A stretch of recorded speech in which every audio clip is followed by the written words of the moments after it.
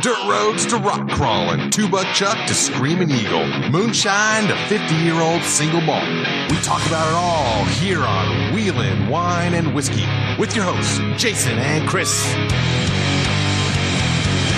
Welcome to Wheelin' Wine and Whiskey, episode 243. Hi, Chris. How you doing? I'm doing great. How are you doing? I'm doing good. I was pausing for a moment because as I was making that episode number announcement, Lorenzo just walked down the stairs of the deck and started heading down the driveway. I have no idea where he's going. Did he give you the high hoof? He didn't. He didn't even look back. He's like getting so comfortable here. He gone. Yeah. So, all right. Party on, Wayne and Lorenzo and Garth. Right. All right, here we are. Oh, we are freaking days away from KOH. I'm fucking anxious as fuck right now. I know. I got so much shit to do. It's funny how the prep, obviously we talk about a lot of hashtag race prep or hashtag hashtag KOH prep for us. But it's like, I'm just, kind of taking my baby steps. I say, I got plenty of time. I'm going to get this done on this day, whatever. And I know, right? So it's like, last week I had the truck in for some service. I had the, serpentine belt, idler pulley, and tensioner replaced. And they did a full service on the transmission. So I got that put behind me. The truck has almost 75,000 miles. And it's 11 years old now, 12 years old. And I was on the original serpentine belt, and I was starting getting a little anxious on that. So that box is checked. And then yesterday, I went out to change the oil on the truck, and oh boy, I've had so many problems changing the oil on that truck over the years. I stopped doing it myself because I couldn't do it without making a ginormous mess. And then I was paying somebody, paying an oil change place. And then I said, I can do this again. No big deal. And I'd done a few oil changes without making a big mess. But yesterday it was like the fucking Exxon Valdez in my driveway. How long ago was the Exxon Valdez? That was a while ago. Back in the early 90s. Was it? 80s. Wasn't? Yeah. No, I think it was 90s. I think it happened the year I moved to California, like 89 or something like that. Was it that long ago? Okay. I'd ask Lorenzo to research it. Well, I would, but I'm going to look it up right now. It looks like 1989. Yes, March 24th, 1989. Yeah, no, don't worry about it, Lorenzo. We got this shit. Just go ahead. I moved to California in September of 89. Well, there you go. So your memory serves you well. Yeah, it was a huge oil spill at Prince William Sound, Alaska. 11 million gallons. 11 million gallons of oil into the ocean. Yeah, and I had about that much in my driveway yesterday. It was like, come on. And it was just stupid because I took the truck for a drive to get, everything circulated and warmed up. And then I let it sit for a bit because you always worry about those hot exhaust pipes and whatnot. Yeah. And then, so I crawled underneath. I had my big drain pan and it was no wind, which is one of my failures one time was the wind was blowing under the truck. And figure that one out. Anyway. I can relate to that. I loosened the oil fill cap on the top of the engine and pulled the dipstick, out a little bit to, make sure there was make sure air could fill. Anyway, pulled the drain plug out and fuck, it was like it just started pouring out and it was splashing off the bottom of the pan and over the sides of the pan. And this is a deep pan, drain pan. I'm like, what the heck? And it was just splattering everywhere. I was like, Jesus Christ. And then I dropped the filter when I unscrewed it. Oh, jeez. Oh, man. Anyway, but yeah, so I finally got the oil change. So that's another box that's been checked for hashtag KOH prep. Yeah. So now, the wind thing I can relate because I've, changed my oil a few times here. And then in the afternoon, the wind kicks up in Nevada and you got to have like a blockage to keep the wind from blowing when the last few drips of the oil out of the the pan, or else it's freaking just going everywhere. And I'm like, because those the drain hole on the oil pan's like 3 feet in the air, or 2 feet up, so. Well, now I have room in my garage to park my truck, so I've been changing oils and doing stuff in there. I have a service bay, which is freaking awesome. So, there you go. Now that it's been cold and all that stuff, working on things is a little more challenging. Well, I got some stories here to tell, but it's crazy. I feel a lot better because I got our monkeys somewhat in a row, the ducks, the cats, all the people that make up this KOH camp of Hammertown Heights Estates. We've got over 70 people camping with us, and we've got 50 of them on the meal plan. So I've had to finalize that meal plan and camp stuff here. Got that done this weekend, so that was good. Just a few phone calls trickling in with questions, so I feel that I'm putting to bed. It's done. Just everybody do your part, and that's done. So that has been good to get that, and then we'll get into some other stuff here that been working on, but.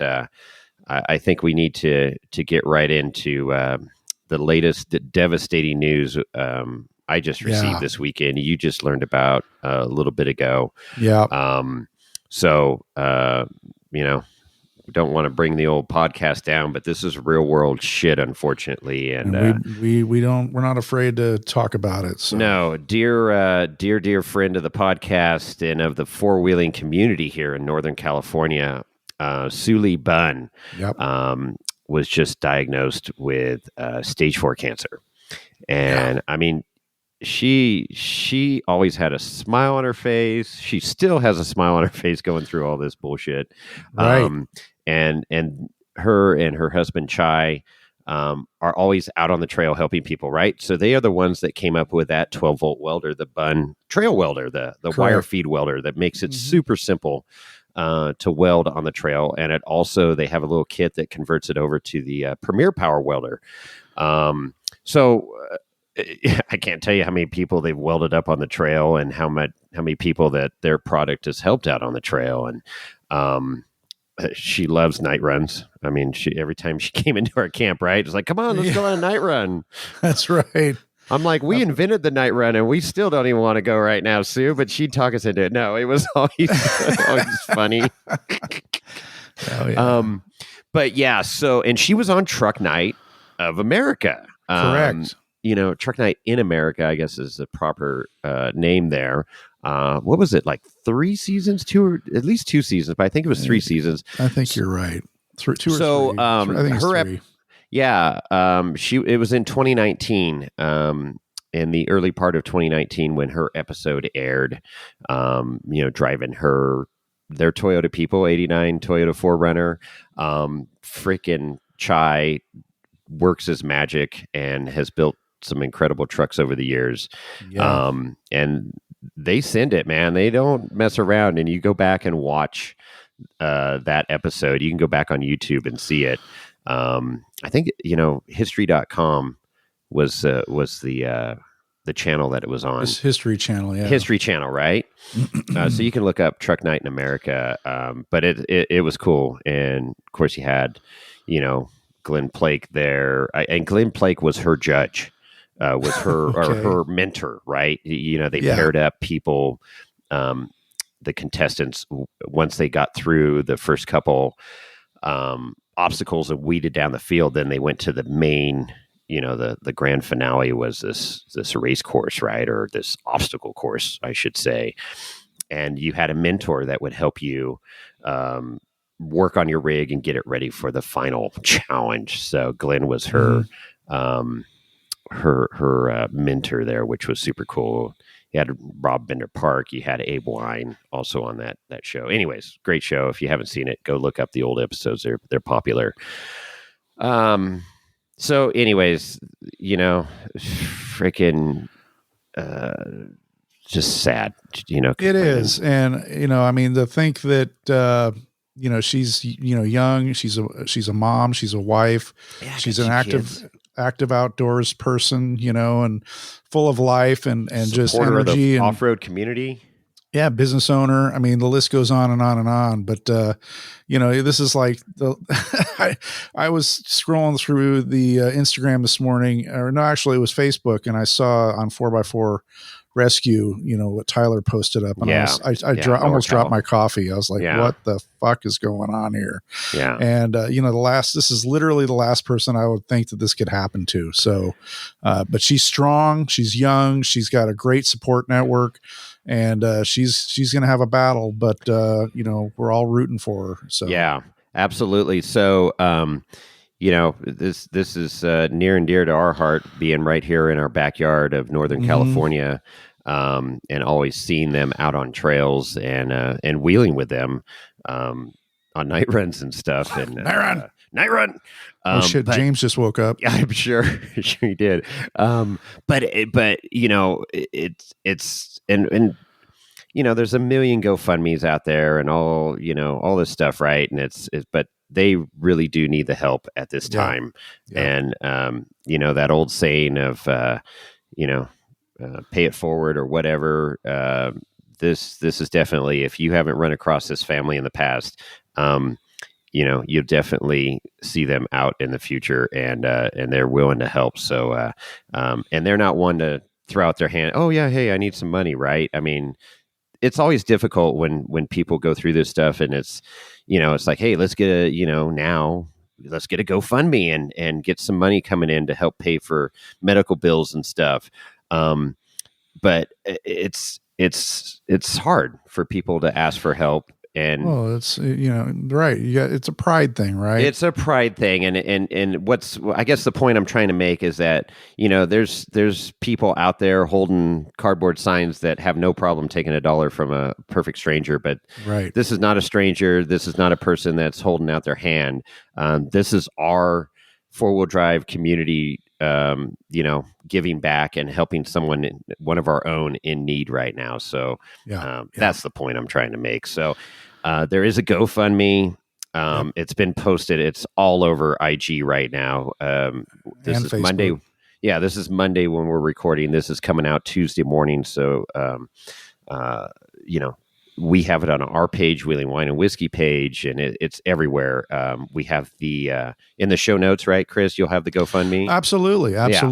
And obviously, if you can throw a few bucks at it, and you're not, whatever you got, it doesn't need to be crazy. $5, $10, whatever. But every little bit helps, and is going to help the Bun family. Exactly. So that is our segment on that. It's I know Snail Trail, Tyler and Jimmy are going to talk about it. They were close. They are close with Sue and Chai, of course. The Toyota connection there.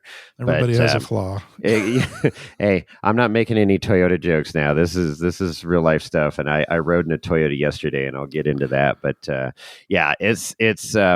it's just part of our community, part of our family, right? And it is unbelievable when my phone, I first got the news, and then my phone went off the hook, and then I was placed on these, lists, text and Facebook Messenger and stuff, and the outpouring and the people support. It's our community is unfucking believable, man. Oh, it's so strong, so strong.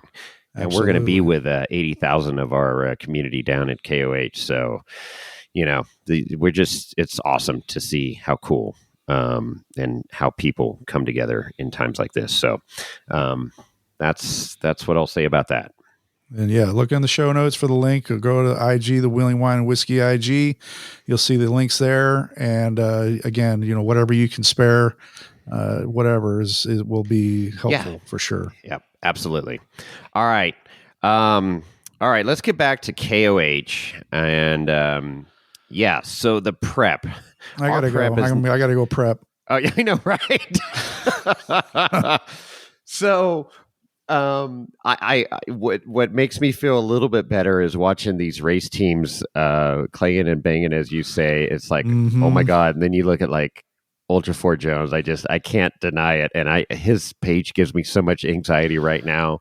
I know he's focused. I know he'll get it done. I know he's going to get to that start line, but I'm like, holy hell, Batman. Well, he checked off a big box. He's got Chase 518 back on the road and running. So winning. Yes, that is a huge, now he can get down to the lake bed towing something. That is a huge plus. Right. Amazing, man. Just amazing. And watching his updates every day. And then he finishes about 12:30 midnight. Not only did he get the truck running and whatnot, but he decided to upgrade the front suspension while he was at it. Yeah, sure. Why not? We got time for that. I don't know how many hours are in his day. There's definitely more than 24 hours in his day. He's got magic shit going on. I think he's got 32-hour days. I in think he does. I think he's found the hack. He's found some fucking black hole in the time zone or something. I have no idea, but he found the freaking hack. But he's getting it, and I can't wait to see this thing in person. It looks interesting. It looks very interesting. Yeah, that's a word. It is. I mean, it's got a lot of cool aspects of it.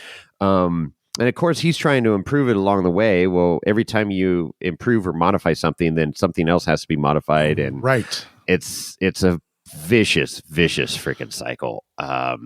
So the clock is not stopping ticking. But he's accepting help. He has gone to the 7. He's like in the 3rd step of the 7-step program, and he's accepting help now. So that's good.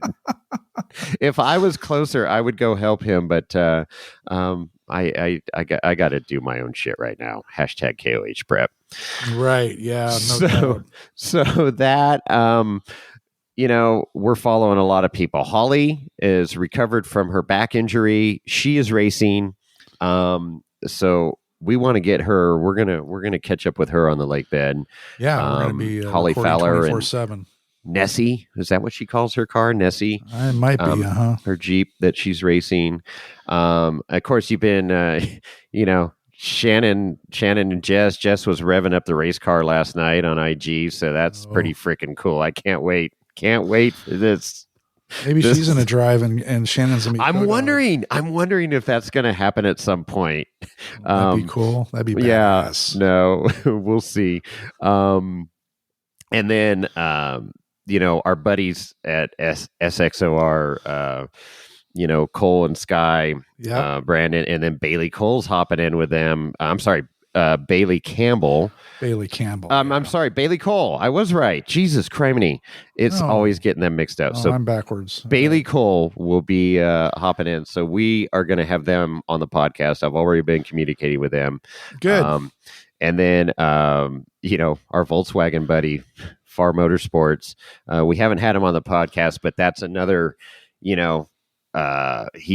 brought the car to the lake bed last year, wasn't ready to race, banging and clanging to get it ready now. So hopefully he's really close. I like it. Thor Motorsports. So we had them on, right? And guys from Canada, eh? They're loading shit up. They're getting ready to make that 50-hour drive. So that is one thing. I'm going to test fit my chains here, because if we hit some weather on 395, I've never had to. We only had worried about the hatch piece before coming from Southern. Yeah, no, right. So now we've got a stretch of highway here that gets snow, and one thing I've learned is the plows don't. They're not around here in Nevada. We don't need no stinking plows. Right. Dude, 395 was a shit show when I dropped in the other night from Highway 50 into Carson. And I guess Reno was like Armageddon. People were losing their shit everywhere. So perfect. I like it. It's fun. It's challenging. It keeps you on your toes. And I'm smart about it because I've driven in the snow a lot. And I know, just pretend you don't have brakes. So I got a story about 395. Okay, great. In a blizzard. This has to be like 30 years ago. I was with a buddy. We were going to go down to ski at Mammoth, and we had rented a condo. We had the whole thing lined up. It was going to be a great weekend with good friends. And so I jumped in with my buddy, and he had a Wrangler. It was like a 91 or 92 Jeep Wrangler, totally stock. You just wanted it for 4-wheel drive. Right. So we left San Jose. And we drove, up to Tahoe, 89 or 88 to, I guess it was 50 to 89 over to 395 to drive down, 395 to Mammoth, which is the way you do it during the winter, because you can't go through Yosemite because they close the road. No, yeah, Tioga Pass, Shigon. So anyway, we had to stop at a bank in I think Gardnerville or something like that to pick up some cash, and then we were heading down on 395, and it was a whiteout blizzard, dude. It was stupid. We're like, there was no other cars on the road, and we're in 4-wheel drive. It's like freaking. We had to get out every once in a while, stop and clap off the windshield wipers because they were crusting up with snow. Oh, it was insane. And we're just driving along. We're doing like 30 miles an hour because visibility was shit. And then all of a sudden, out of fucking nowhere, we got passed by a Camaro. What? The guy blew by us. I don't know. He wasn't even chained up. He must have had snow tires or something, but he was just balls to the wall, just cruised on, raced on by us. Like, what the fuck? Anyway, we just continued on our way because visibility was shit. Finally made it to Mammoth, had an awesome weekend. Oh, you did skied. make it good. Oh, we did. Absolutely. We had a great time skiing. The place was all fresh pow. It was great. Well, Sierra Cement, but had a great weekend skiing, and then driving back that, I think it was Sunday or Monday, we're driving back, and everything was covered in, the road was clear, but it was blue sky. But snow was everywhere. It was beautiful. Just the high desert up there covered in probably 2 feet of snow on everything. It was awesome. It is pretty magical. I mean, I tell people that aren't familiar with Nevada, oh yeah, I live in Nevada, high desert. And they're like, well, okay, high desert. You're thinking fucking Las Vegas, right? But even Las Vegas gets a little snow flurry once in a while. But, we're at 5,000 feet here in the valley, and it's like, it snows and it gets cold. I mean, I was in negative temps here, and I love it. I fucking love it. And looking out of the mountains and stuff, and it's great. But it's not for the faint at heart here. It's you got to be hardy, and the whiskey helps. The antifreeze helps. Right. There you go. So yeah, putting your chains. Yeah, I'm going to be driving down I-5 to the original route we always take. But yeah, I feel bad. I'm not carpooling with you. We're not meeting at our Hunter Harris Ranch.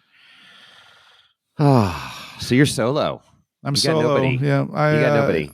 I mapped it out to see if I would drive up to Minden and carpool down with you guys, but that would add literally 4 hours to my trip. Well, you could go up and see your mom. And then come with us. Not with a trailer and a camper. That's not going to happen. So you've been to my mom's place. That is not a trailer camper friendly location. You could ditch it at my house. Oh yeah, then drive all the way back, and then fuck that. Well, it's only 40 minutes. It's not bad. But whatever. Yeah, okay.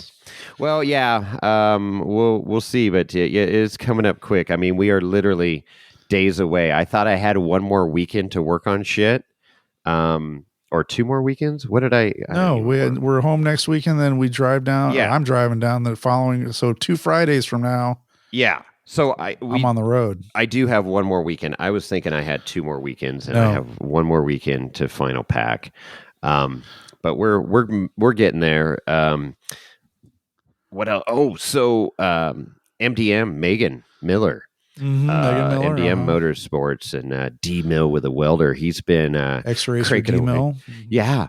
So they're he had everything. The Jeep was totally torn apart. The old baby Jeep, right? I saw that. I was like, what? I mean, but then like the stories last night, almost all were put back together. So he's putting in the long hours.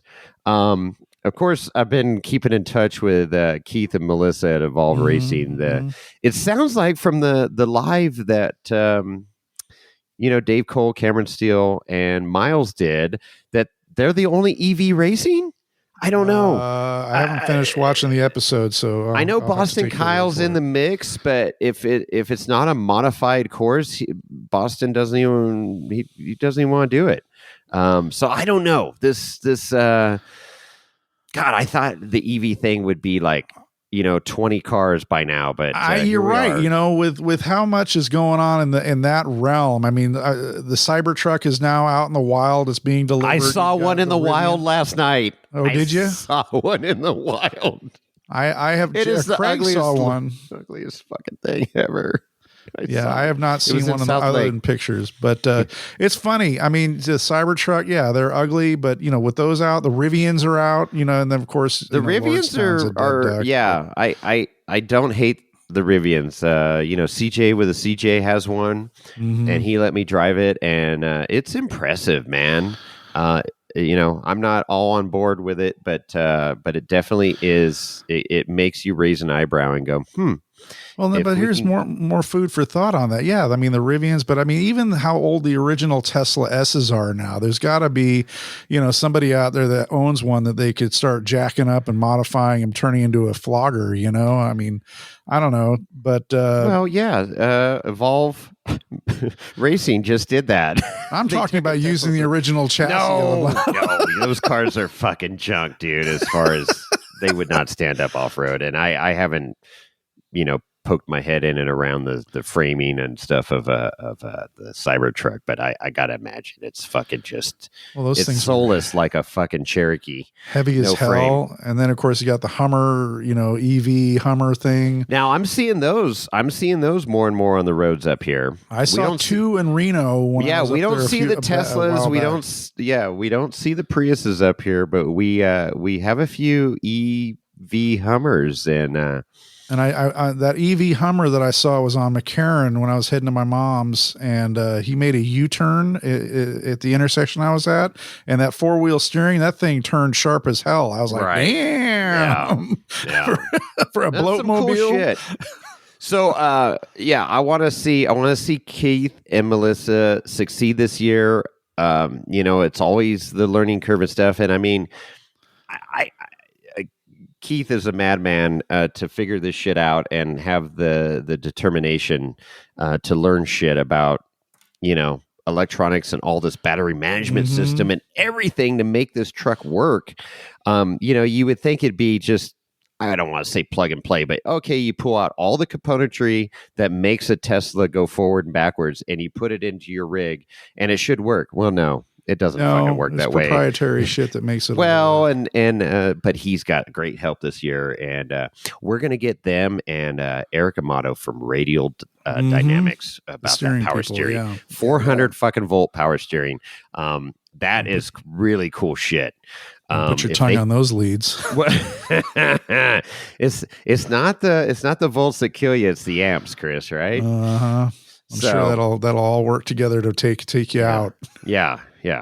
And then, of course, we got Wick's Family Racing, right? So we had Eric on a bit ago here, a couple episodes ago, with his golf cart. That's fucking, it's totally rebuilt. It's going to be badass. I am super excited to follow that story and watch him. Of course, Justin and Chris Wicks that have been working on their Trail Bomber, which we'll get to wheel with early in the week. And then, of course, their Bora Bomber that they race in the 4400. And, yet to be determined if Eric's going to be in the right seat or Chris is going to be in the right seat of that car in the 4400 race. But that family's freaking awesome. And they're so passionate about the sport. And, they're out for blood, man. They just fucking... They're looking for the kill, right? They want to be on the box, and they do everything they can, and it's great. They're not racing just to finish; they're racing to win. Right. Winner. Exactly. So, I got to hook up with Justin here and hand him that cash. It might happen on the lake bed. We've been trading emails here and stuff or texts, but another Bomber family, Corey Allison, that's a local here in the Carson Valley. He's a big Bomber fan, racing the Bombers. So don't be like Corey on IG. Of course, Bomber, we can't forget about Bomber, and so to watch that go down with Randy racing the 4800 on Friday, 4400 Saturday, Amber racing her Samurai on Friday, and then jumping into the Bomber on Saturday. And I had lunch with them this past week, and I got to see give me a second, livery. What? Livery. Yeah. I did it. The livery of both cars. And let me just tell you, of course, King still prominent. And the graphics, what do you want to call that? Like engineering drawing background that Randy has always had on his cars. That's still there, but there is some, you're you're going to get a fucking kick out of this too, Chris. I can't let the cat out of the bag. But no, that's, when Amber has her own panels for the 4,800 car that's going to turn into a 4,400 car overnight. So Cool. she's going to have her own change the seat settings and put new change the panels on. seats, change the panels, change the tires, and put some fuel in it and send it, right? Send it. So this is cool. And then Amber's right seat through the desert last year was Tom Liu.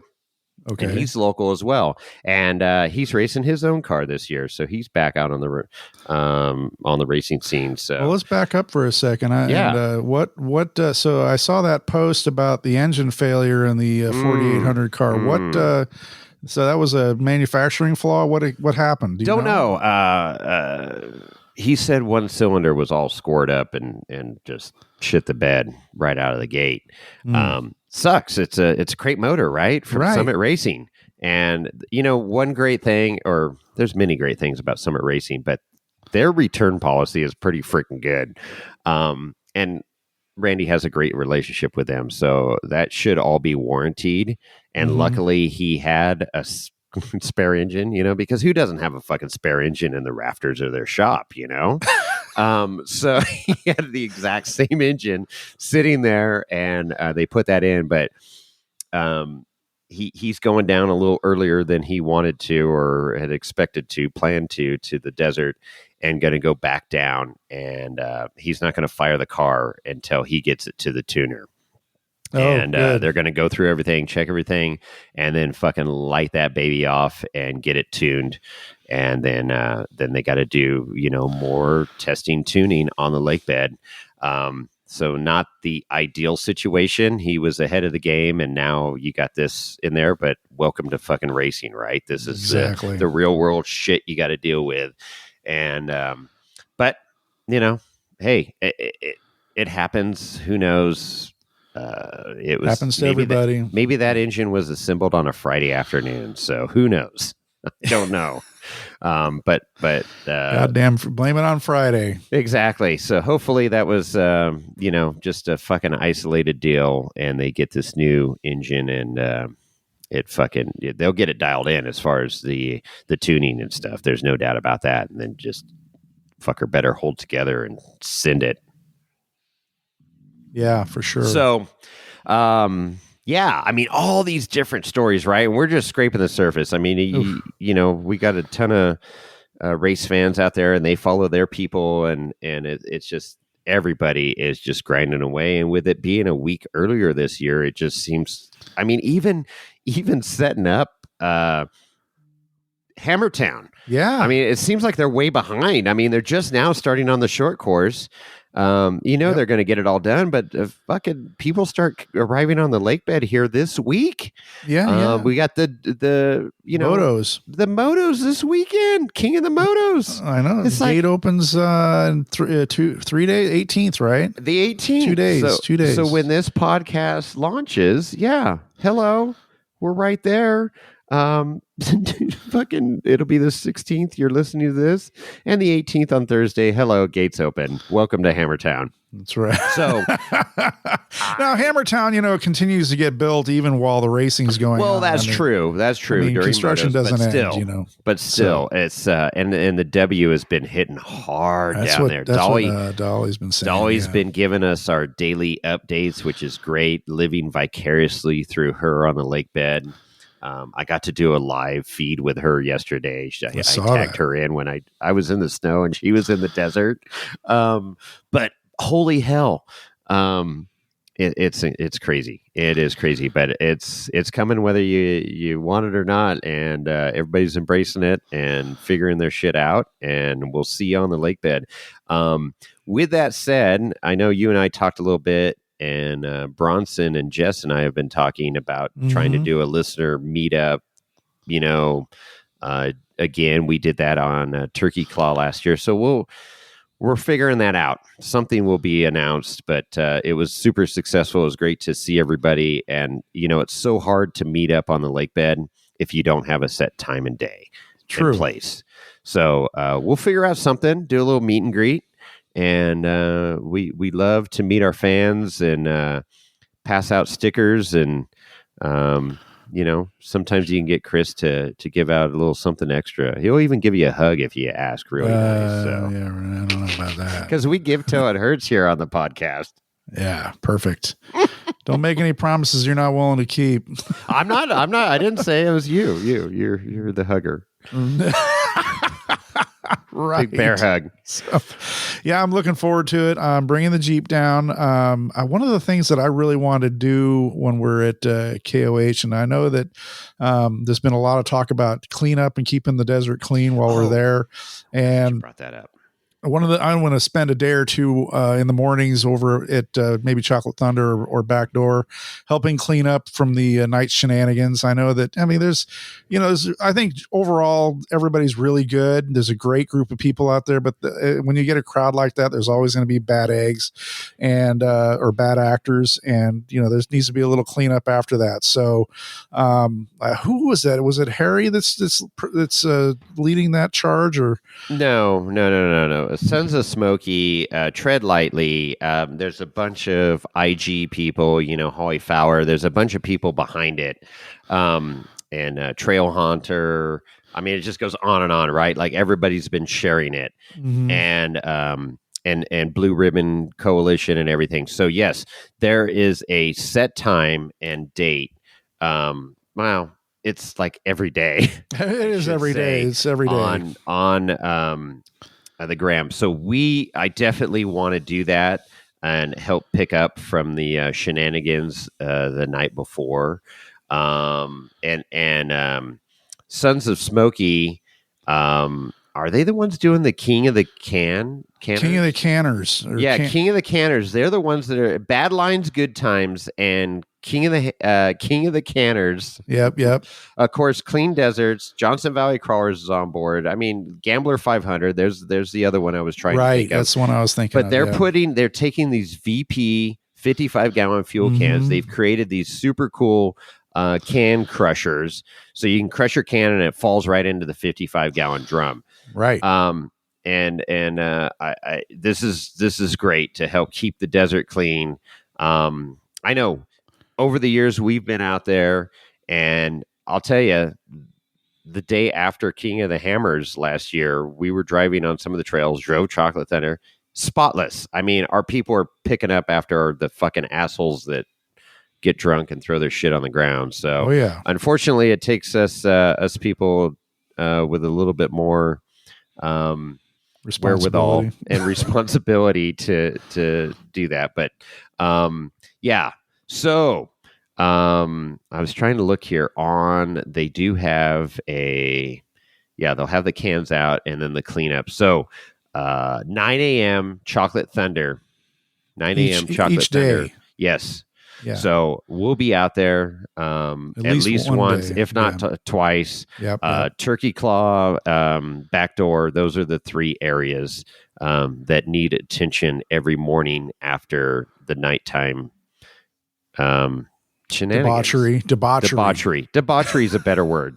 Debauchery is a better word.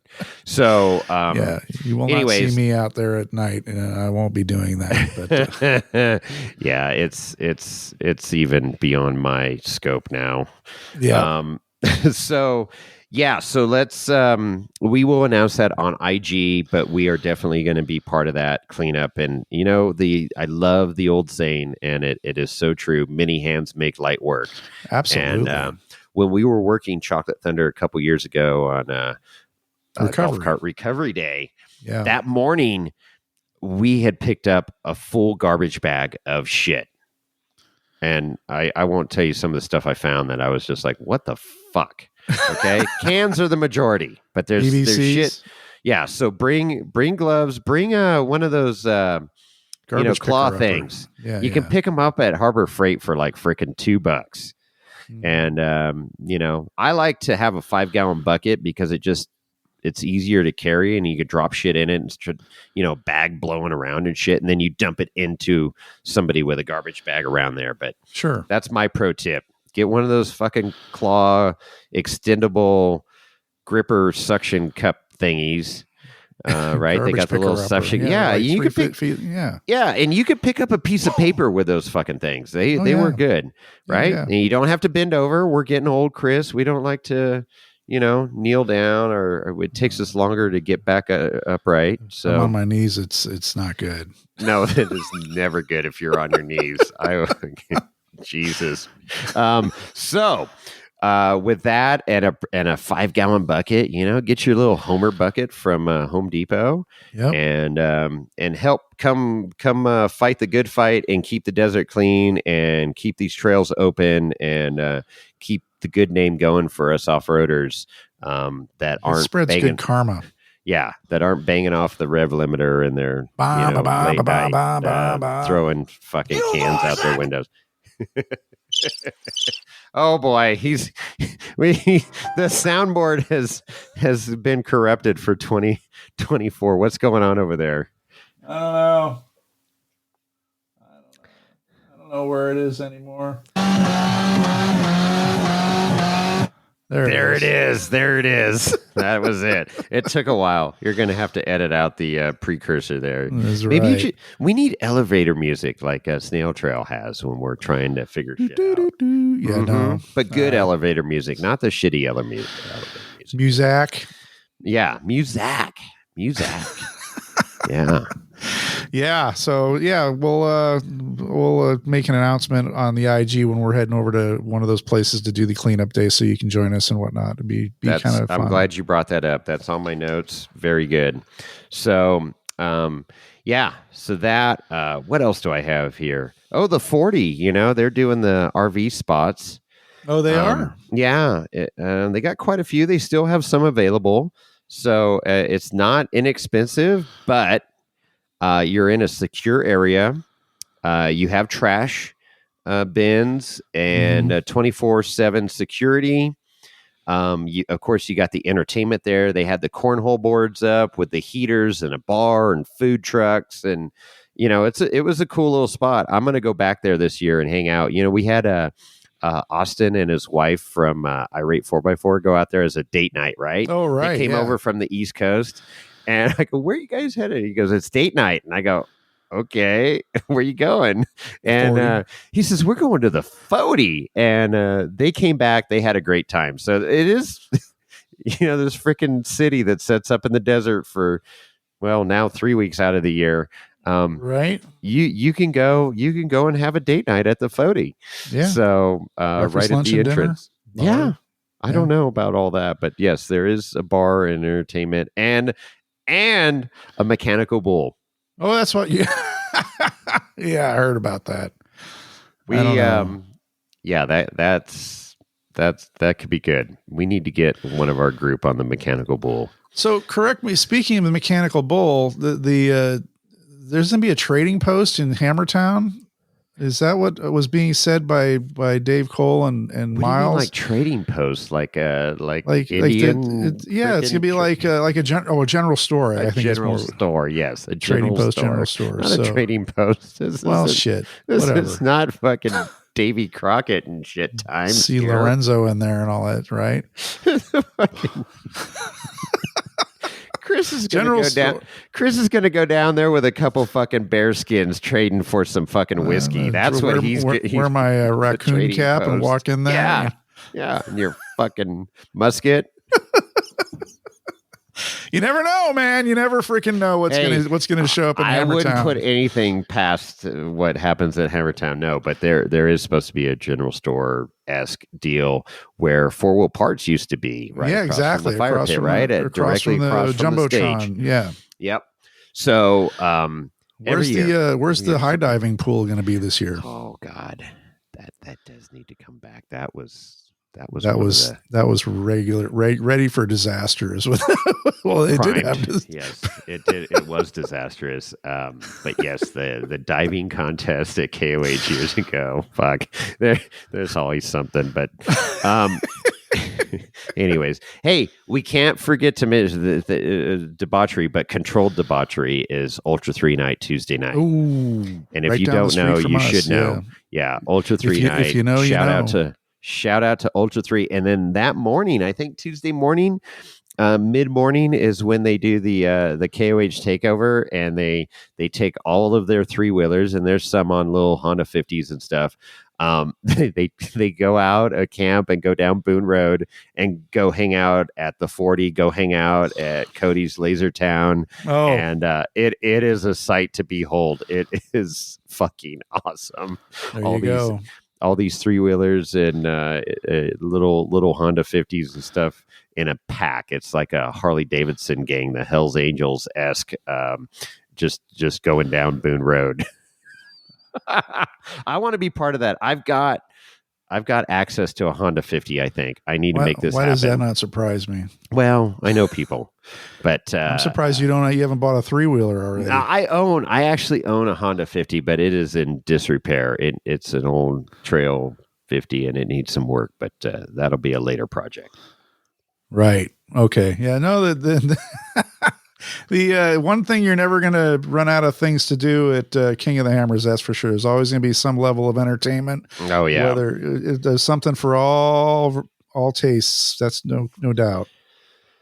So, what else do you have to prep for? You got to pack the camper, load it, but you don't have to worry about you could put your water in right now and not worry about it freezing. Yeah, no, I can't. Yeah, no.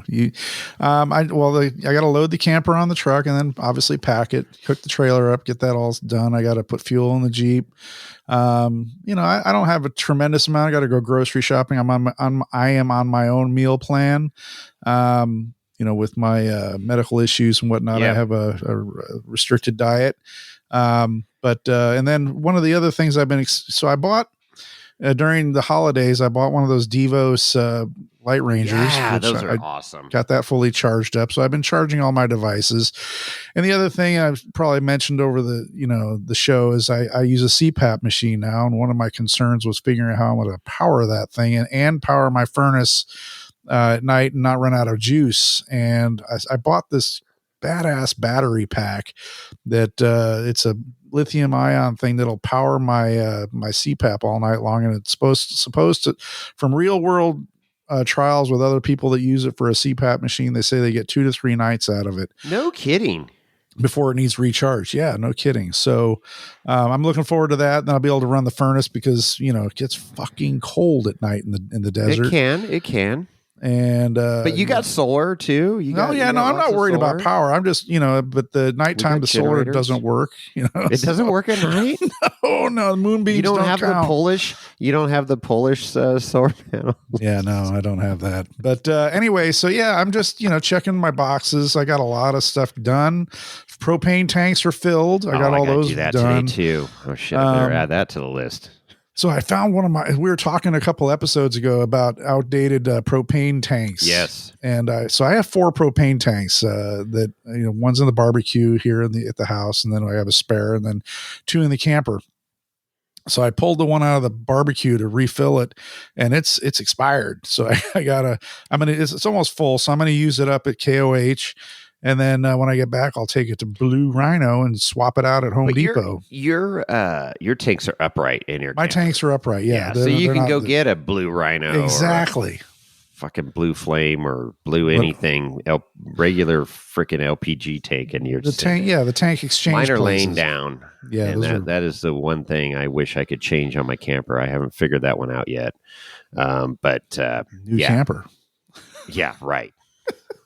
Hashtag Chris money. Hashtag Rodney Mueller money. Hashtag Chris is broke too. So hashtag, Kevin Jones. Let's modify one thing and everything. Jesus. Yeah. I can't. I'm not doing it. I'm not doing it. I have this image of a snowball rolling downhill and it keeps getting bigger and bigger and bigger and bigger. So that's cool. So I did talking about power and stuff. So I did the inverter. And I mentioned it before. I had an 1100 watt inverter and I got and it wasn't a good inverter. It was okay. It worked for what I needed it for, which was to charge the Baofeng ham radios and my DeWalt batteries. In the old days when we recorded in the camper with the old Rode, we'd power the Rodecaster off. That's true. But it was not a pure sine inverter. So you didn't have the clean AC sine wave going. Mm-hmm. And so they were on sale. Renogy has been great. I like their products, and that's all my solar system and everything. So I bought a 2,000 watt pure sine inverter. It's fucking huge, but it fit where the old one was. I had to, it's inside the camper next to the shower and at this wall. There's a little skinny cabinet there that's kind of useless. I just store like foil in there, and and the charging stuff. This is the cabinet to the left of the stove. Correct. Yeah. And and it's close to the battery compartment, so you can run the single aught, cables, monster cable going to the battery directly. So got that all wired in, and then, our little group text, and Tyler's like, "Oh, you going to wire it to your breaker panel, the main panel, so you power up the whole RV." And I go, "No, I'm just going to do one outlet." And I've always wanted to do that. And I go, "Oh, fuck. Okay. Oh, fuck it. Let's do it." So I make up my own harness, wire exactly, right? The snowball effect. And, I go into the panel. So then you got to figure out, because on our campers, any camper, when you plug into shore power, what they call shore power, 110. Right. Okay, that powers up your camper. Well, everything in your camper is 12 volt except for your 110 outlets and your AC, right? And your microwave. Mm-hmm. And what other, 110 appliances you may have in your camper. But there's a converter that takes 110 volts and drops it to 12 volts. Correct. And powers up your whole camper, charges your batteries, all that stuff. The house batteries, yes. The house batteries, yeah, what you call the house batteries. Your batteries that you're normally running off grid, not plugged into shore power. So you don't want that to be running when you're on inverter power, because you're taking battery power, converting it from 12 volts to 120, and then that's powering up your converter that's taking 110 and dropping it to 12 volt to charge your batteries. You can see how this becomes a vicious cycle. So you're charging yourself. It's a perfect. You're charging yourself. It's like one of those inertia machines. Once it goes into motion, it stays in motion. Perpetual motion. You're fully. You stay fully charged. It's like yeah. Sounds reasonable to me. It doesn't work. So you have to isolate that. So I went in and put a separate breaker on the converter so I can kill the converter when I'm on inverter power. Mm-hmm.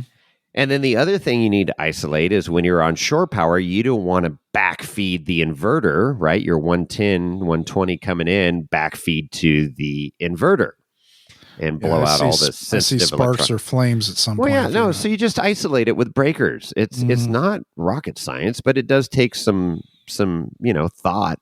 And we are limited. These little breaker panels are nothing crazy, great, but I had one extra spot, so I was able to put a double breaker in. So it had two 15s, and one of those legs is for my converter, so I can shut that off, isolate it, and then the other 15 was the original 15 that was there for the outlets in the camper. So now when I turn on the inverter, you kill your converter, and your power's coming in to the camper, to the main panel, and it gets distributed out throughout the camper. So every 110 outlet has power, microwave has power, AC has power. I haven't tried it yet. It's stupid to run it off your inverter, but it'll kill your batteries pretty quick. Kill your batteries quick, and I don't run my AC much anyways, and when I do, I just turn on the generator. But I couldn't try it. I wanted to try it, but it's too freaking cold up here to even kick the thermostat on for the AC. But the whole driving force behind this stupid thing was coffee and convenience. And so I brought the Nespresso machine, that has these little pods, and it spins it super fast. So it puts a little froth on top of your coffee and bougie shit. I mean, this is all stuff I've been talking extensively with Latte Machine, JL Latte there, Rodney. And just in search of that perfect cup of coffee and convenience while you're out at, the Hammers. So it's like, what do we got going on here? Somebody's calling me. Oh, it kicked me out. No, you're I'm back. here. Okay, I'm back. Okay. I thought it kicked me out. Sorry. Kicked you out of what? It says no internet connection. We're working. It's fine. Okay. All right. Good. So anyways, I'm like, okay, I gotta have a good cup of coffee. And I used to do the French press thing. Boil water, pour it in, and it's like a 10-minute process, and it's a good cup of coffee. But this Nespresso's easy. You just pop the pot in, press a button. Zzz. The Keurig shit is shit. If you like coffee, if you want a good cup of coffee. I'm thinking of Pulp Fiction right now. Damn, this is a good cup of coffee. Anyways, so I'm like, let's figure this out. I'll get a small unit. Well, it is overpowered. It was like a 1200 watt unit that's more compact for my camper that my old inverter wouldn't run, but it would run the big ass one that I have at home, and it was like a 900 watt. I'm like, oh fuck. But anyways, long story short, we are wired up with an inverter. I can run make my coffee in the morning without firing up the generator and waking you up. Well, not you, because you get up early, but waking up other people in our camp that sleep. Well, I'm going to be getting up and firing up my generator at 5 a.m., so fuck you all. Wow. Because it is very quiet and peaceful out on the lake bed, and I'm very concerned about noise, so. I'm not. That 1 year where we pulled into camp and that guy had an open frame generator running 24/7. That was the like, loudest dude. fucking generator. I mean, almost had like a magnifier on it. It didn't have a muffler, or the muffler was totally blown out, but it almost like had a magnifier, it was on a bullhorn. And he was like 50 yards away. Somebody may have gone over and shut that off in the middle of the night. Oof. Yeah. Somebody probably was running a CPAP machine, and yeah, just started. No, you can still breathe if the power fails on a CPAP. Just die. I know, but we're good. So the other thing I'm working on now and finishing up today is the enclosed trailer accommodations, 4-star, 4 seasons accommodations for Dirtbag Johnny, and it's going to be our party pad. If the weather gets bad. If the weather gets bad, everybody grab a chair and come in there. I've got a workbench now / bar. I've got a diesel heater in there that works. And let me tell you, things pretty cool, but you have to watch the YouTubes to learn how to do it, because the instructions are fucking useless. There's a lot of, if you're mechanical, you can figure out how to install it, but then the actual operation of it, you watch these YouTube channels, and like sometimes the up arrow is the down arrow to increase temperature. They're just perfect. You get what you pay for. They're $100, but they work. And then there's all kinds of workarounds on YouTube. You have a carbon monoxide detector in there too? Yes, I do. I did put a carbon monoxide detector, and I'm going to have Johnny sign a waiver. So, that's good. So you got heat, but use it your own risk. No, it's super clean, and it's way better than the buddy heater. Like we talked about, the propane throws moisture. Wet heat. Yeah, it's wet heat. This is dry heat. It's a dry heat. It's a dry heat. It's fine. 114. Just backing up for a second, that power bank I bought to run my CPAP, that's from Renogy also. Just so is it? Yeah. So they're making good quality products. I've installed no less than 7 camper, solar systems from Renogy, and they're all working. And I've had mine for 6 years now. This is a 72,000 milliamp hour power bank, which is pretty. Really, it's not huge, but it's gonna be perfect for what I need it to do. Yeah, so. And we still have our generators as backup and stuff, but it's good. So yeah, we're getting this dialed in, and then I'm going to start just packing stuff and just getting everything in there. I've got lists, checking off things. Got to fill the propane tanks, get the gas cans filled up, water, all the stuff we need. And then of course, food shopping at the final hours before you leave. So, it's good, but I'm liking it. This is going to be a nice place to hang, so people don't have to hang in the Lance life there and dirty up my camper and trying to shove 14 people in a clown car. That was so epic. Andrew. Andrew from our club in San Jose. He came up Friday, and he goes, "Hey, are you home?" And I said, "Yeah, I'm home." Prepping and working on stuff. He goes, "All right, I'm going to stop by and say hi." And I said, "Well, you're welcome to stay here." So he ended up spending Friday and Saturday night and helped me out all day Saturday building this thing. It was nice to have an extra set of hands to hold stuff. And I'm designing and building as I go. There's no blueprint. For instance, cut this 2x4 this long and do this. No, It's like, okay, yeah, let's do this. Pencil mark shit. Okay, I like that. Let's build it. And so he was a huge help. Cool. And so shout out to Andrew there. He's going to be camping with us towards the end of the week in Hammertown Heights Estates. So, Who's not camping with us? Who's not camping? We got a lot of it. We had to turn people away. Yeah. We've already had our first cancellation. I have no idea what that's about. I don't even know the people. So we're doing background checks or something, or what's going on? We are. We got. It's getting tight. How the hell did I pass? Well, you got grandfathered in because you're a grandfather. Shit. I am not a grandfather. You're not. Not that you know of. Not that I know of exactly, but well, if you guys delve into my history, you'll probably throw me out. But you're fine. Compared to the rest of people in this group. Hey, how about the RV that the Huntress and Jonathan scored? It's a bus. It's a bus. They got a fucking bus. We got a bus on the lake bed. That's freaking awesome. So we got a party bus. So we know where we're going to be partying. We got the a wind party hits. bus.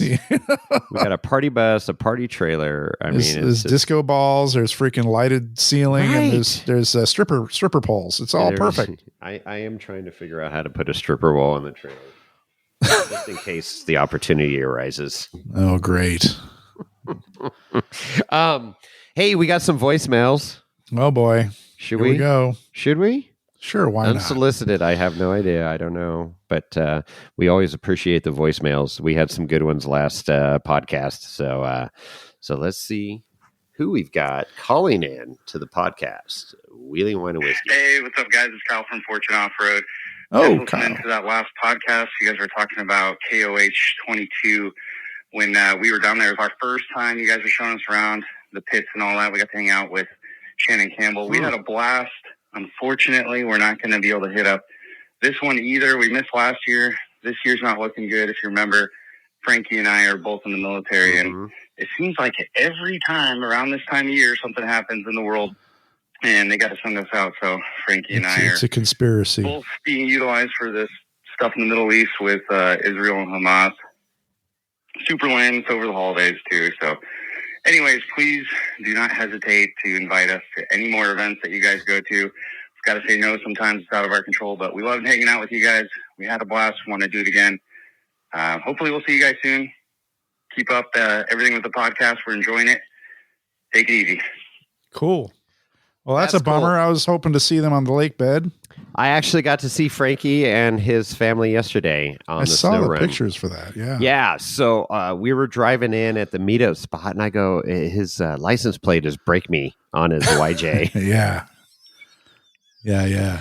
And then, so I'm like, oh shit, Kyle's here. And, so we got caught up and, him and Frankie are military and, thank you for your service. And they, load up the cargo planes and, yep. It is insane what they put in these cargo planes and put up in the air. It just boggles my mind that thing can even get off the ground. Right. Just power of jet propulsion, man. It's insane. And lift and maybe science. There should be. Yeah, how come there's not a KOH jet propulsion car that could just fly over the shit? Literally. I don't know. But anyways, Yeah, it was great to catch up with him, and he's like, dude, we're not going to make it. We're on standby here. And I'm like, dude, I get it. And thanks for your service. So good to hear from you, Kyle. And yeah, I told that story the other day when you guys, that whole Shannon Campbell episode that just evolved within minutes and materialized. And it was like, that was super freaking cool. And talk about pivoting on a dime. Oh right gosh. There. That's what we do, man. You got to be flexible and for them to document it. So if you haven't checked out the Fortune YouTube Off-road. channel, Fortune Off-Road YouTube channel, go check it out. That's Kyle.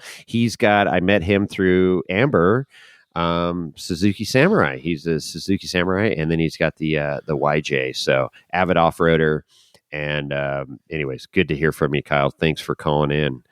And what is that number if somebody wants to call in and leave a voicemail? It's 6969. No. Wow. What?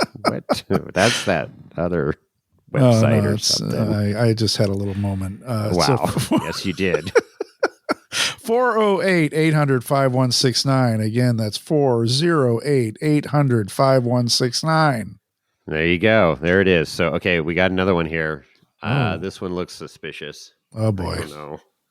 It's almost a minute long. All right, buckle up, buttercups. Time's up. Hello, this message for Lorenzo, Super Produce. This is Igor. We are avid listener from Russia, Mother Russia.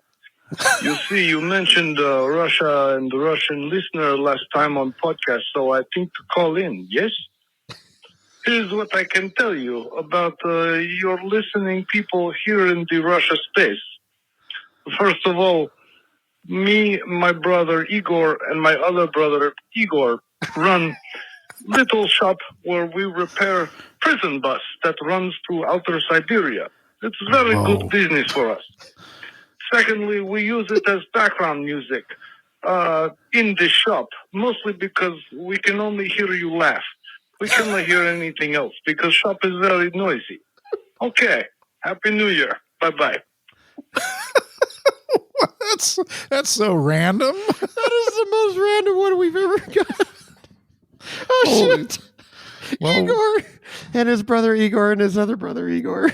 That's like right out of Bob Newhart right there. I don't even know how to respond to this. That is fucking awesome. Well, I want feedback. I want to know if it's true that the vodka in Siberia gets so cold that if you drink it, if it's been frozen in the outdoors, it could kill you. Is that true? Really? Yeah, what it's because alcohol vodka doesn't freeze. So you drink it, it freezes your esophagus and you die. I don't because know. There's too much water in it. What? I don't know. No, because it freezes your innards. It's so cold that even vodka freezes, is what you're saying. No, it doesn't. It's not frozen, but it's super cold and it damages your cold. internal. Oh, yeah. It's hyper cold because it doesn't freeze, but yet it's colder than freezing. Gotcha. That's another reason to drink whiskey. Right. It's all better. Well, I do like to partake in vodka, martini once in a while. So I wonder if Igor is going to be on the lake bed. With an onion. I'm going to add with an onion and not a fucking purple onion ring. Yes, I'm talking to you, Top Golf Scottsdale. No fucking bullshit. I shared that story over New Year's, and they go, no way. And I no. I got a fucking picture to prove it. If there's no we picture, do. It's not real. Oh yeah, it was real. You fucking lived it. Oh, it was hysterical. So crazy. What's happening here? I saw the bartender with a man bun, and I should have known. I should have ordered an IPA, fucking hazy, fucking. I had an old fashioned. Bullshit. Pretty good. It probably was not the best I've ever had, but yeah. How about the Widow Water beer that's been, you got your Widow Water. And then Lee Lim, shout out to Lee Lim at Salt Function. He loves his 3D printer. He printed up some little ladders. Widow Water. Okay, Lee, I know you're listening. I need one for my buggy to put right next to the fucking traction board. You have anything magnetic on that buggy? Yeah, it's all metal. There's no fucking aluminum on that thing. I think the only thing aluminum is the radiator. Aluminium? The links are a room in them as well. 7075 a rumor room. A rumor room. All right, so those are voicemails. And speaking of traction boards, snow run. I got to talk about this Harry Wagner snow run. Oh yeah. So last minute deal, and Harry put out there because Harry's got that badass old Ford lifted pickup, and he puts out the videos blazing through fresh snow and snow's flying, and you got your haters that come out, because players going to play, haters going to hate, and haters, oh, well, that's, I could spin circles around your fucking Ford truck with my Toyota pickup and this, that, and I got crawl control and, fucking central diff lock and whatever. So Harry goes, fucking bring it on. Let's see what you got, guys. Just let's go snow wheeling. So it was kind of a formal, informal meetup, if you will. I saw the invite. Yeah. Yeah. So he threw it out there to his 60,000 followers, and the word spread fast here in the Valley. Let me tell you, my phone blew up and said, "Hey, did you see, the post?" And I'm like, I said, there's no way. None of my rigs are ready to go snow wheeling at the moment. And, but then I said, maybe I'll right seat with somebody. So I started calling around, and I found a right seat with Nick Bailey, Avalanche Technical, sick Nick. Nick. I had to swallow my pride a little bit because he has a Toyota. Yeah, what's that on Toyota your forehead? 4Runner. Exactly. Looks like a Toyota emblem. Dude, I've got this crazy little like twitch right now. This little. You passed out and they tattooed you, didn't they? I think so. Yeah. I got Toyota tattooed on my ass or something. I don't know, but we had a good time. Nick's a great guy, and obviously, if you're going to be out in the backcountry with somebody in the snow, Nick is one of those top 5 guys that you're not going to die. And if you do, you're going to go down with a fight. So that's good. It's a slow death at that point. Well prepared, well educated in the Sierra Nevadas and snow wheeling. Was he on tracks or tires? No, tires. Because the snow situation is not great up here. Let's just face the facts. Let's call a spade a spade. It fucking sucks. Wow. I finally moved to the mountains and the snow is shit. But cyclical, dude. It's cyclical. It's global cyclical, warming. and I know it. Oh, don't start with the global warming bullshit. Oh, fuck. So, we met up in South Lake with Jay Barry and Greg, and we headed around and then met up with more people at the towing drop-off, trailer drop-off. Frosty 4-wheeler showed up. Alex and Jenna. Always followed them. Love it. They're down in Mammoth. They made the 5-hour trek up here to be on this run. Derek Rickford, who's local just outside Minden here, he had a V powered Jimmy with freaking tracks. Dude, the Trout was there that was just on the cover of Crawl magazine. Jeff, with the old, I think it's an International truck, but it's got the crazy, patinaed. It's like pink and got all kinds of colors in it, and that's why they call it the Trout. It's like the Rainbow Trout, and he's been on all the Ultimate Adventures the last few years. Oh, good. And drives it. He doesn't trailer it. We had, Kyle from Fortune Off Road there. It was cool to see the people. John from Crawl Magazine was there. Jay Barry was there. Did you saw him? that? Yeah. So I go, oh, hey, John, because we were talking because he's local in Reno and did that great feature on Amber for KOH last year that Texas Thomas helped put everything together, write and submit to John at Crawl Magazine. Yeah. So yeah, it was cool. There was a lot of people there, and then this killer crew cab truck that was, I don't want to say sleeper because it wasn't a total sleeper, but it was fucking bad. You look at it and you go, okay, there's something going on with this truck, and then you start looking at it closer. And it's full on set up. It's a 76 Ford crew cab truck Mhm. that raced the fucking desert, Nora. Oh, And it's patinaed and everything, and he's got kind of the cartoony pinstriping on it, like Flex Rocks Roller's Marvin, but he did it Uh-huh. himself. uh-huh. It's a badass fucking truck, and it gets it. He's got, unfortunately, it's Chevy powered, not Ford powered, but other than that, the truck's fucking awesome. So it was fun wheeling with those guys yesterday. Yeah, so we had a wide range of vehicles from a stock K5 Blazer just out there fucking sending it, with rusted holes in the doors and stuff. So stock meaning like stock tires? Stock.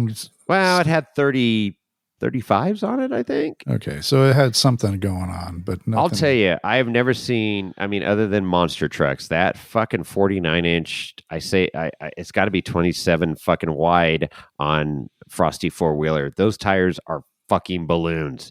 To see those things in person, I'm just like, oh my God. I thought the 43s were big, but these 49s, and they're just wide. They're like tracks. Right. And that's why they do so well. What was the mildest rig there then?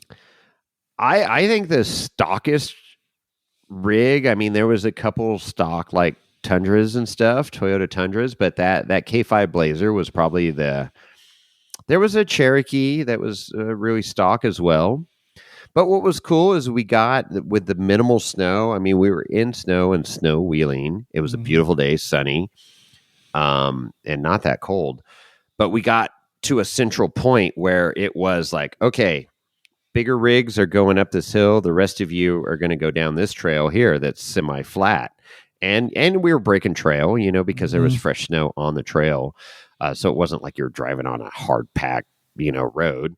And it was cool because, like, Nick was leading for a while when we did that intersection, and he pulled over and let the guys behind go up. So everybody got some fresh snow, It wasn't like the guy out front was bogarting all the snow. So we had good comms.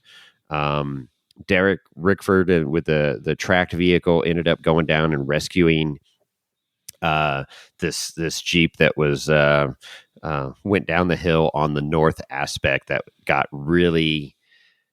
That's the thing about snow wheeling, right? There's like no perfect setup, and the snow conditions change. So that throughout day, the day, we saw like hard packed snow that would pack up perfectly to fucking sugar that didn't pack at all. And that's what happened on the northern aspect of this mountain over by Sardine Point. He went down the hill and got stuck going down the hill because it just didn't pack, and it got these snow drifts blow in, and it was 4 or 5 feet deep in spots. And then so we sent Derek down with tracks, and then Nick and I went down with his 4Runner to a certain point before it went on the steep downhill, and he goes, okay, I'm going to stop here. And he grabs his traction boards. So I got a lot of experience with traction boards yesterday, and, as much shade as, you throw at those things, they do work in snow and mud and sand. I'm worried about you, man. No.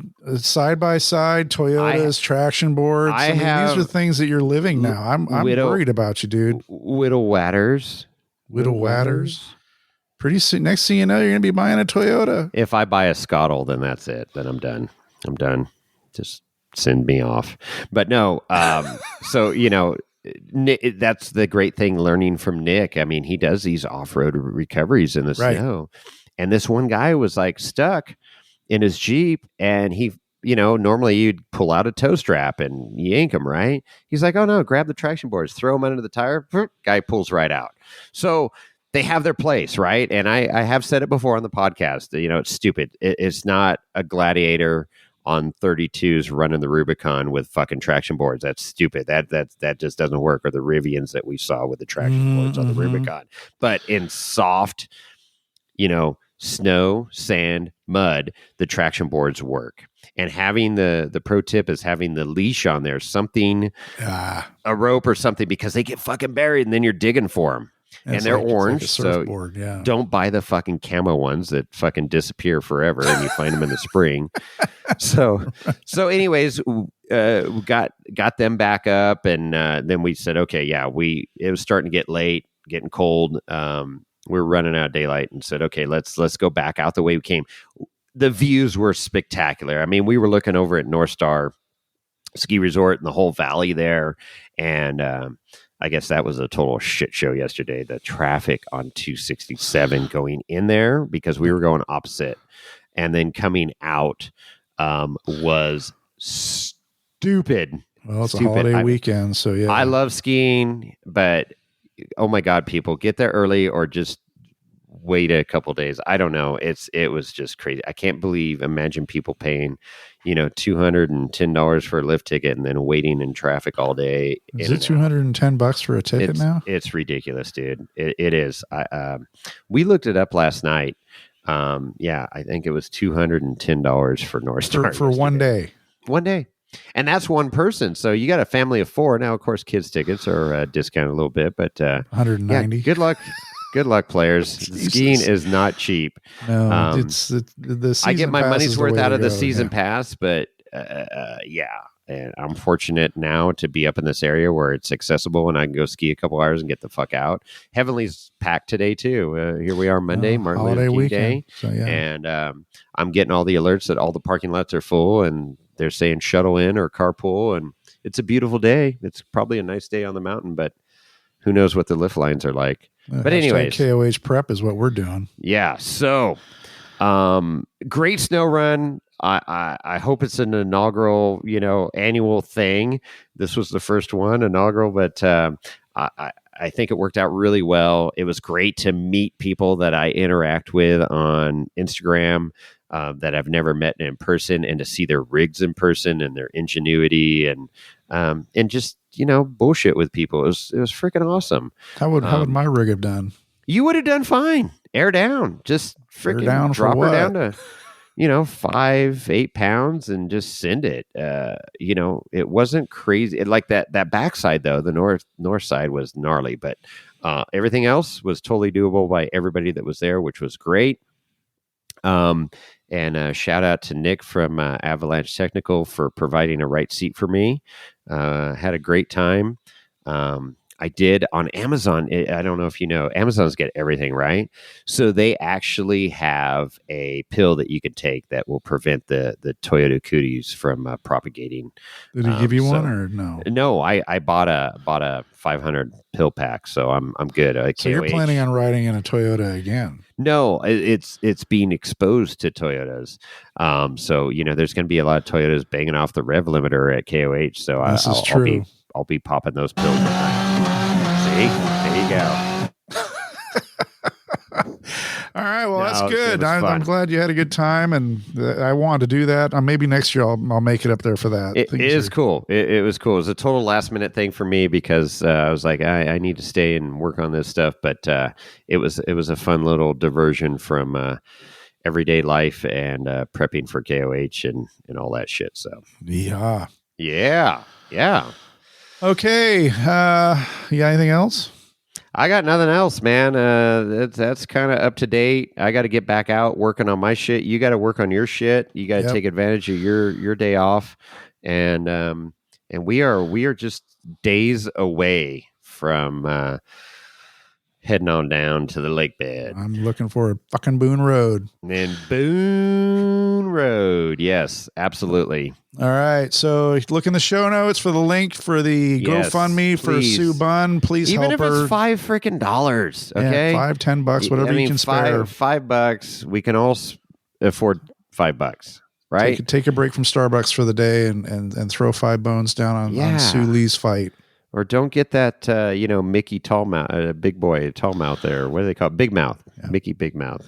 Isn't that what you used to drink? I've never had one. Oh. Never will either. No. Oh my God, dude. So the contributions since we've been talking have more than tripled. What's it up to now? Right now it's at $6,882. Okay. When it started this morning, when it first got released, it was at 300. Yeah. And this is Monday, right? When we started talking, it was at $2,000. It was at $2,000 when we started talking, and we've been talking for an hour and 20 minutes now, and it already jumped up to $6,000. Almost $7,000. Change. Almost $7,000. I told you, I said it. I'll continue to say it. I fucking love our off-road community, and thank you everybody that's contributed to this point. I'd love to love to see the support just fucking blow that shit up and help her out and her family. Wheeling Wine Whiskey is going to make a donation. We're making a contribution as soon as we get off. I'm going to make a personal contribution as well. We put our money where our mouth is, and this is one of those causes. It's just like a Sloan Boner, that Ultra 4 Jones did with the sweatshirts and stuff, and I bought an ultra poor shirt to support him, and he's home now, and that's a good thing. But continuing, he's got a long road ahead of him. I mean, it's just life happens. Go out and enjoy it while you can, because you never know what tomorrow's going to bring. Absolutely. What? I don't know. What else we got? We got how do they get a hold of us? Our phone number and IG. And let's put a bow on this thing. We got shit to do. So, you can reach Jason at wheelingwinewhiskey.com. That's his email. Or me, Chris at wheelingwinewhiskey.com is my email. Jason's Instagram, Wheeling Wine is Wheeling Wine Whiskey. At Wheeling Wine Whiskey. My personal Instagram is www.chrism. I don't spend a whole lot of time on there, but certainly if you DM me, I'll be happy to respond.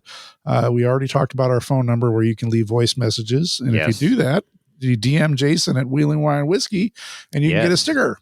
Yes. I handed out a lot of stickers yesterday. Cool. So making them all represent. Yeah. And last but not least, don't forget about our website, wheelingwinewhiskey.com, where you can see all of our past episodes. And we haven't done a shout out for irate4x4.com in a while. We're going to miss Austin this year and his wife. They're not going to make it out to KOH, but he definitely has been supporting us, and we appreciate that. For sure. And you can go to irate4x4.com and create a free account there. And they have all those forums where you can chat and discuss all your junk if you're doing a build or whatever. You can also go to Watch, Listen, and Discuss, where you see Wheeling Wine Whiskey Podcast. There's a couple of other podcasts there, but you can go ahead and ignore those guys. Yeah. Don't even just skip those. And if you do click on us and Watch, Listen, and Discuss on the right-hand side of the screen, there's a way for you to, support the show directly, which was not required, but absolutely appreciated. Yes. Well, look who's freaking coming back in the driveway right now. Just as Lorenzo. The show's ending. Wow. Just as it's ending. Yeah, thanks. Thanks for nutting. Is he giving you the high hoof now? No. What? He's got something. He's got like a little canvas. I think it's a Carhartt like canvas satchel that he puts over his back. No, he's cold. Where'd he? Oh, I see bottles sticking out of there. He's not drinking anymore. Oh, no, it's Pellegrino. They're green. Sure. Okay. All right, Lorenzo. Here he comes clopping up the frickin' stairway. His hooves are noisy too, by the way. Worthless. You see how many KOH? Are you going to leave them in the trailer? It's to be determined. All right. Yeah. There it is. And with that, we're out.